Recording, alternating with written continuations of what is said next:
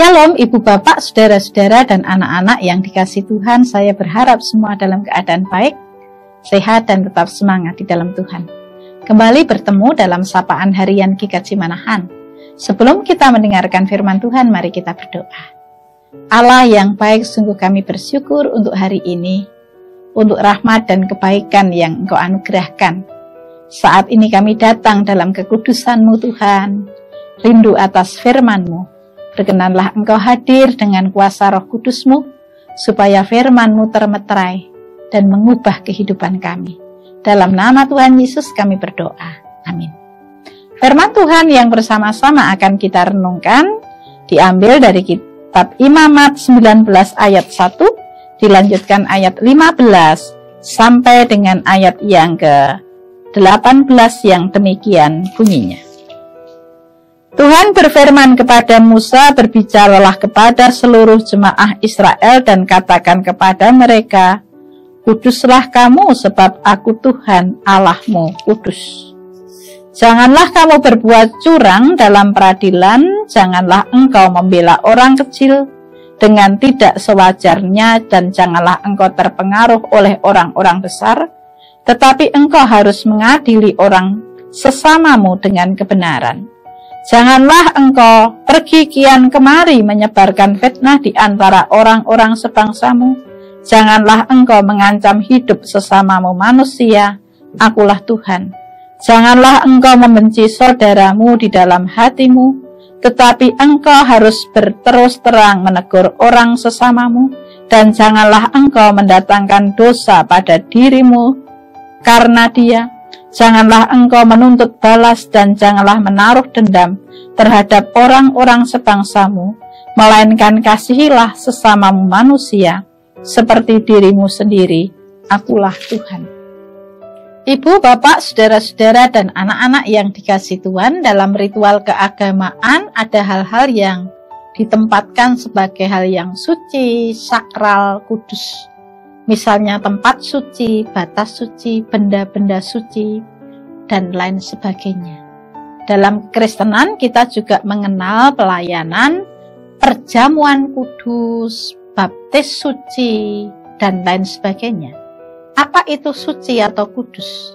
Suci atau kudus berarti dikhususkan, disendirikan, untuk tujuan-tujuan tertentu. Apakah kalau ada pelayanan perjamuan kudus, roti dan anggurnya dibuat dan diolah dengan cara yang sangat khusus? Belum tentu. Bisa saja anggurnya dipesan dari jemaat atau toko di sekitar kita, roti dibeli dari toko di sekitar kita yang orang lain juga bisa membeli roti yang sama. Tetapi roti dan anggur tersebut memiliki makna yang berbeda ketika ditujukan karena dikhususkan untuk perjamuan kudus. Sebagai orang percaya, kita juga dipanggil untuk hidup kudus. Mengapa? Karena Allah yang kita sembah adalah Allah yang kudus. Lalu bagaimana kita mewujudkan hidup kudus itu? Apakah menjadi orang yang kudus dan menjaga kekudusan berarti kita hidup terpisah dengan orang lain, nggak bergaul dengan orang lain, nggak kumpul dengan orang lain, supaya kita tidak tergoda untuk berbuat dosa dan jatuh ke dalam dosa?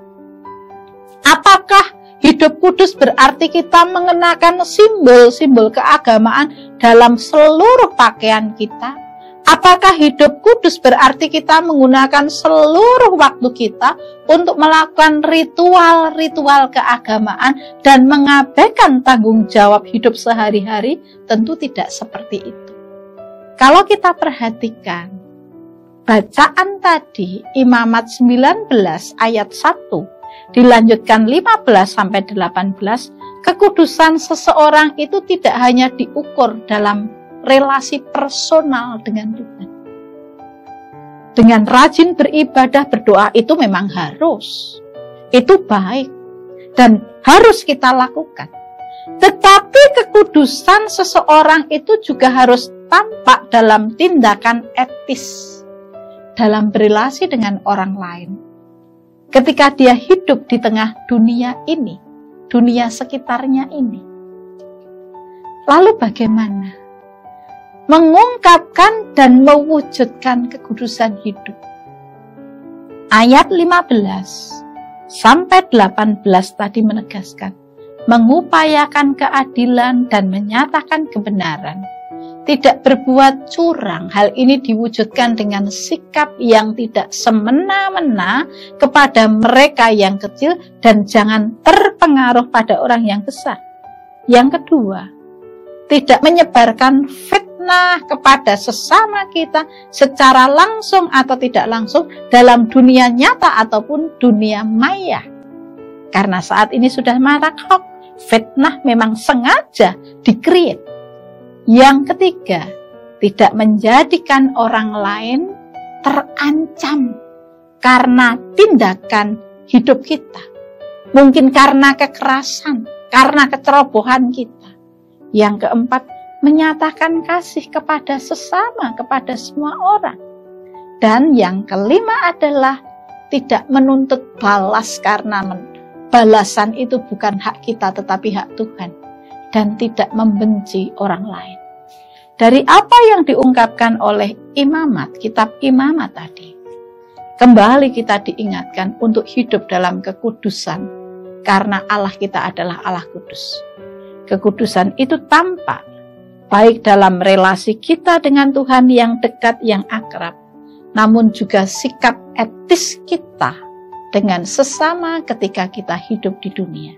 Selamat mengupayakan hidup dalam kekudusan. Tuhan memberkati. Amin.